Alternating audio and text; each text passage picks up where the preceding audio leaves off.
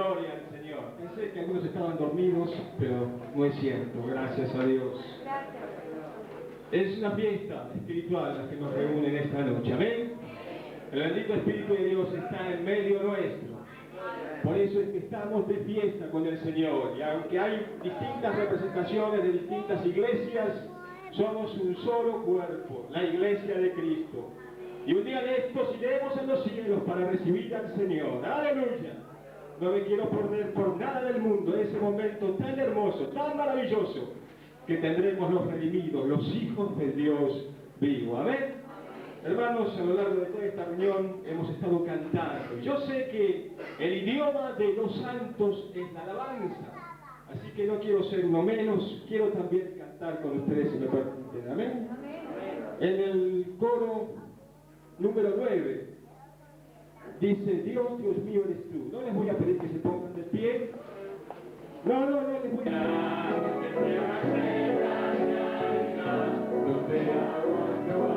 Una vez más, por favor. Dios mío eres tú. Sí, Señor. Eres tú. Para te buscaré. Alma tiene sed de ti, y mi carne te anhela. En tierras secas y áridas, donde aguas no hay. Y mi alma tiene sed de ti, y mi carne te anhela. En tierras secas y áridas, donde aguas no hay. Y tú este tu bendito pueblo, Padre Celestial, Creador del cielo y de la tierra. Tú eres el omnipotente, tú eres el castillo fuerte, tú eres el león de la tribu de Judá. Y estamos contentos con ser parte de tu familia. Te agradecemos por estar presente, te agradecemos por poder disfrutar de tu gloriosa presencia. Recibe nuestra oración, recibe nuestros cánticos, recibe nuestra alabanza, porque tú eres vencedor de completa adoración. Padre, en esta noche te rogamos que tú uses nuestros labios para hablar, los oídos de mis hermanos para escuchar, y a todos por igual para cantar a disposición el impacto de tu voz en nuestras vidas. Amén, amén y amén. Gloria a Dios. Aleluya. Gloria a Jesús. Abrimos nuestras Biblias en el libro de Romanos, capítulo 1, versículo 16. Romanos 1:16. Algunos me han aconsejado que predique 10 minutos, otros me han pedido 20. No sé con quién de los dos me voy a poder responder a las demandas, pero una cosa quiero, es darle algo, al menos, de lo que Dios tiene para decirle a ustedes en esta noche. Amén. Nos dice así la palabra del Señor: porque no me avergüenzo del Evangelio, porque es poder de Dios para salvación a todo aquel que cree, al judío primeramente y también al griego. ¿Por qué no leemos de vuelta? Porque no me avergüenzo del Evangelio, porque es poder de Dios para salvación a todo aquel que cree, al judío primeramente y también al griego. Esta carta, la carta de los Romanos, escrita por el apóstol Pablo, la ubicamos cronológicamente en el tiempo del año 58 de nuestra era. Y podemos decir que era una carta sistemática, profunda, amplia, una carta que toca el tema central, que es la justificación por la fe. Una carta que el apóstol había escrito sin conocer la iglesia. Este hombre de Dios había escrito lleno del Espíritu Santo del Señor. Se cuenta de Diógenes, el cínico, aquella persona que, observando con una linterna los distintos lugares, distintas formas, distintos momentos que había en su derredor, empezó a buscar y a buscar y a buscar. Alguien le preguntó: ¿qué buscas? Y él respondió: busco un hombre. Estaba rodeado de hombres, pero respondió: busco un hombre. Paralelamente ocurre lo mismo con Dios. Él está buscando hombres y mujeres que se pongan a la brecha para trabajar para Él. Él está buscando hombres y mujeres que quieran trabajar para su reino antes que la puerta de la oportunidad se cierre y antes que miles de personas mueran irremisiblemente sin Dios y sin esperanza. Hubo 120 personas en el aposento alto. Estaban allí reunidos, como dice el himno, unánimes, esperando la promesa de Dios. Y algo aconteció. El Espíritu Santo de Dios tocó sus vidas, revolucionó sus corazones, a tal punto que llegaron a revolucionar todo el mundo hasta entonces conocido.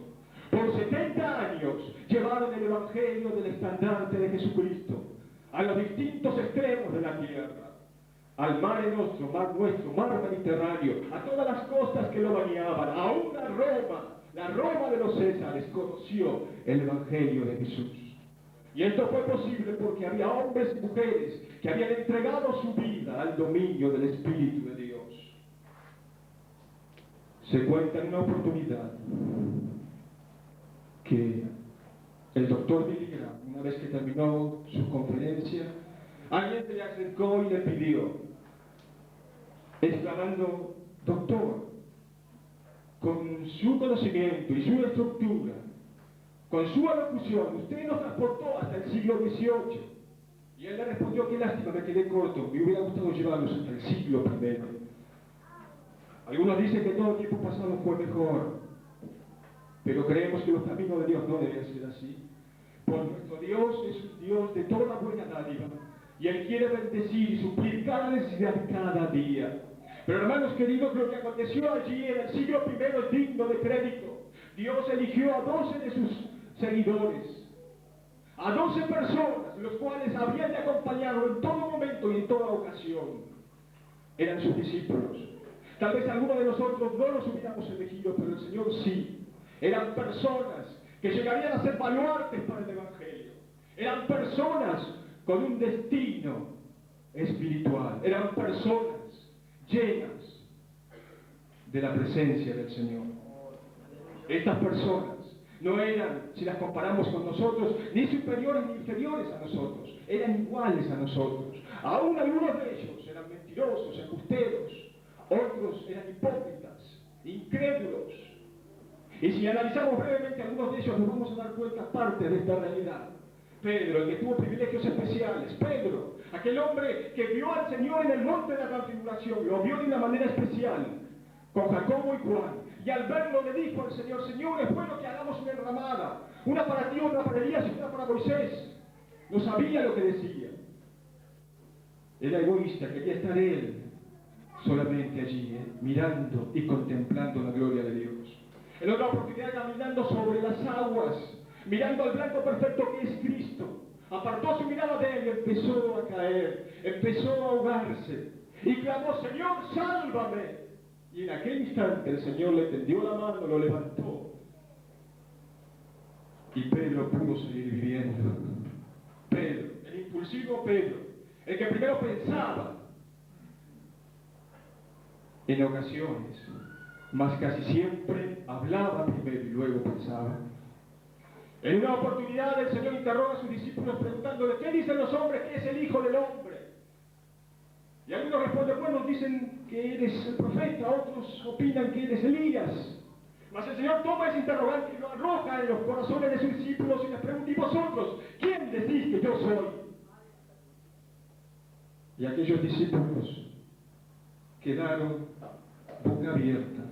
Un silencio sepulcral invadió el lugar.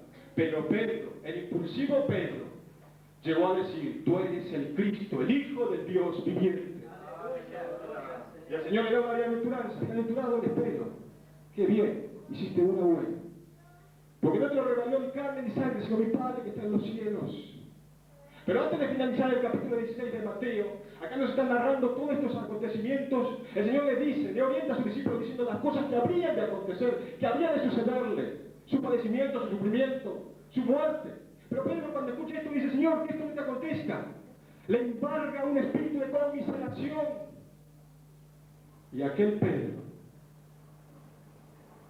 recibe la exhortación tajante de Cristo. Se hace escuchar de sus labios: Pedro, antes de que el gallo cante, tú me negarás 3 veces. Pasan las horas y los hechos. Jesús es arrestado. Y una vez que esto acontece, Pedro, que seguía al Señor de lejos, fue descubierto por una mujer que empezó a indicarle y acusarle y a decirle, tú eres uno de los seguidores de Jesús. No, no tengo nada que ver. Y empezó a negarle una y otra vez. Y se convirtió en el primer apóstata del Evangelio. Este era Pedro. El autor de Hebreos nos dice, qué terrible aquellas personas que han conocido la benignidad del Señor y vuelven su rostro atrás. Juan, el discípulo amado. Juan, aquel discípulo virgen, el que había escrito cartas de amor, lleno del Espíritu Santo, con versículos tan enfáticos como 1 Juan capítulo 2, versículo 1.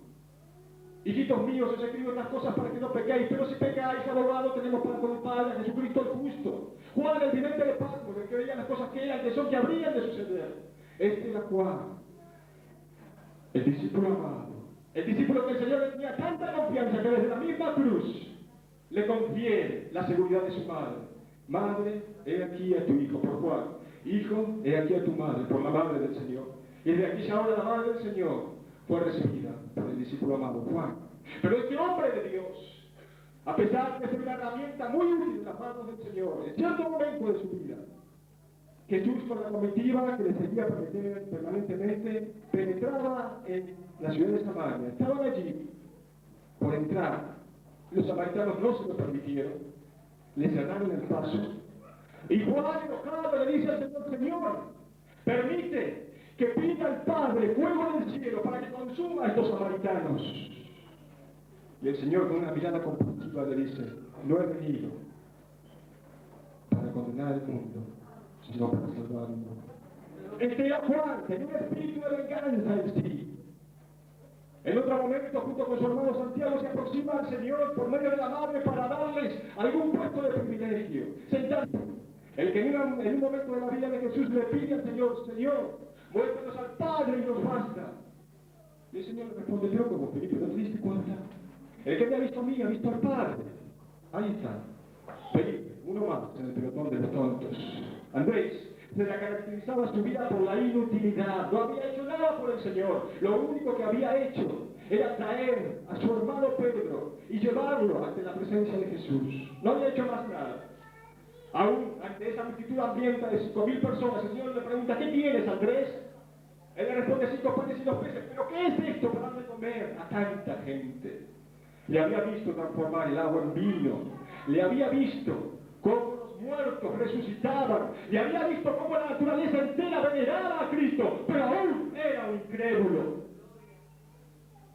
Tomás, el líder de los incrédulos, el líder de los escepticistas, aquel que había prometido aquella palabra diciendo, yo creeré que Jesús está vivo cuando introduzca mi mano en su costado y palpe sus huellas, palpe sus heridas. 8 días después que él dijo esto, apareció Jesús a sus discípulos. Y cuando esto ocurrió, el saludo protocolar de Cristo fue primero y luego la invitación a Tomás. Tomás, acércate. Pon tu mano en mi costado. Mira mis huellas de sufrimiento, pálpalas. Y no seas incrédulo, sino creyente. Porque bienaventurados son los que sin ver creyeron.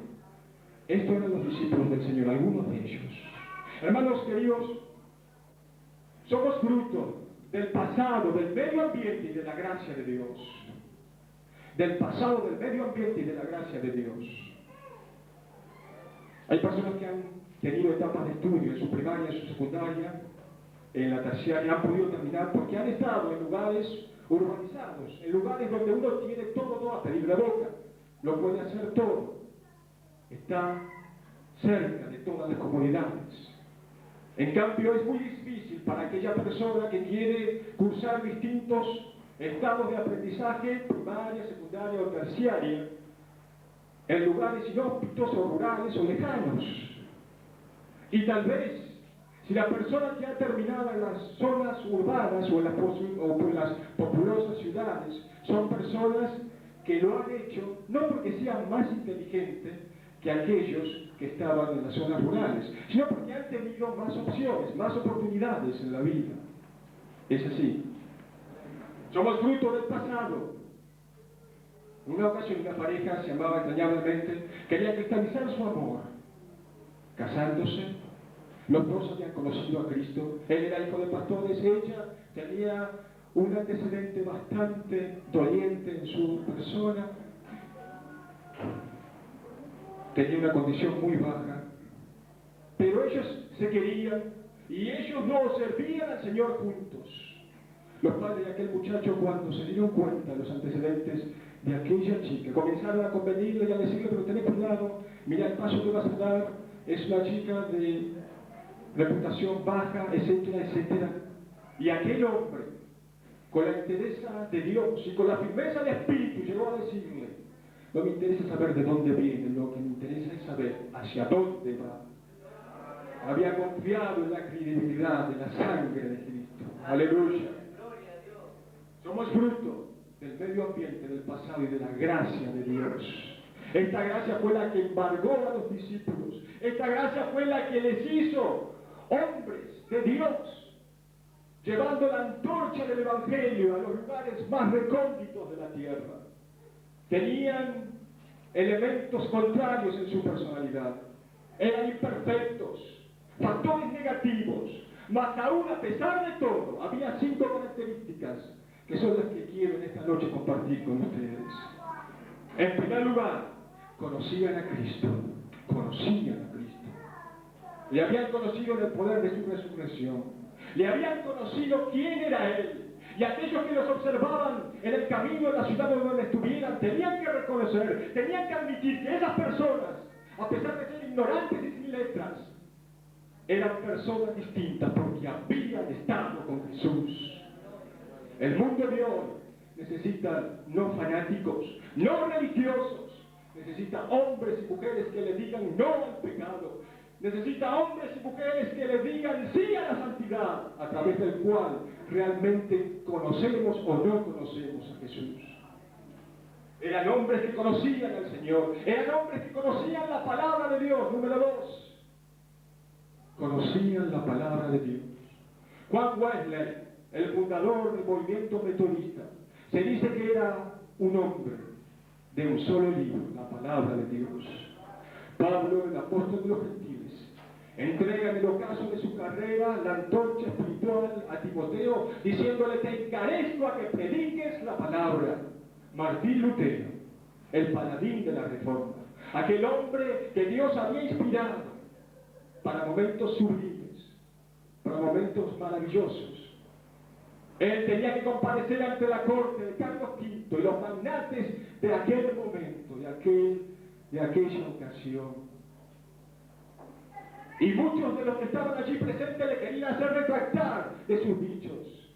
Y él llegó a decir, con voz firme, pero pausada: me piden que me retracte de mis ideas, pero no puedo, no quiero, ni debo, porque soy cautivo de la palabra de Dios. ¡Aleluya! ¡Gloria al Señor! Es la palabra de Dios la que debe cautivar nuestras vidas. Es la palabra de Dios de la cual debemos estar enamorados día tras día. Es la palabra de Dios la que nos ayuda a conocer quién es el Señor, a conocer el carácter de Dios, a conocer la voluntad perfecta de Dios, a entender los propósitos de Dios y a saber las demandas de Dios para nuestras vidas. Eran hombres que conocían la palabra de Dios. Eran hombres llenos de oración. Oraban en todo tiempo y en toda ocasión. Oraban en las cárceles, en los lugares públicos, en las casas, en todo lugar oraban. Pentecostés fue donde fue, porque hubo hombres allí que oraron a Dios y el fuego de Dios descendió. Debemos orar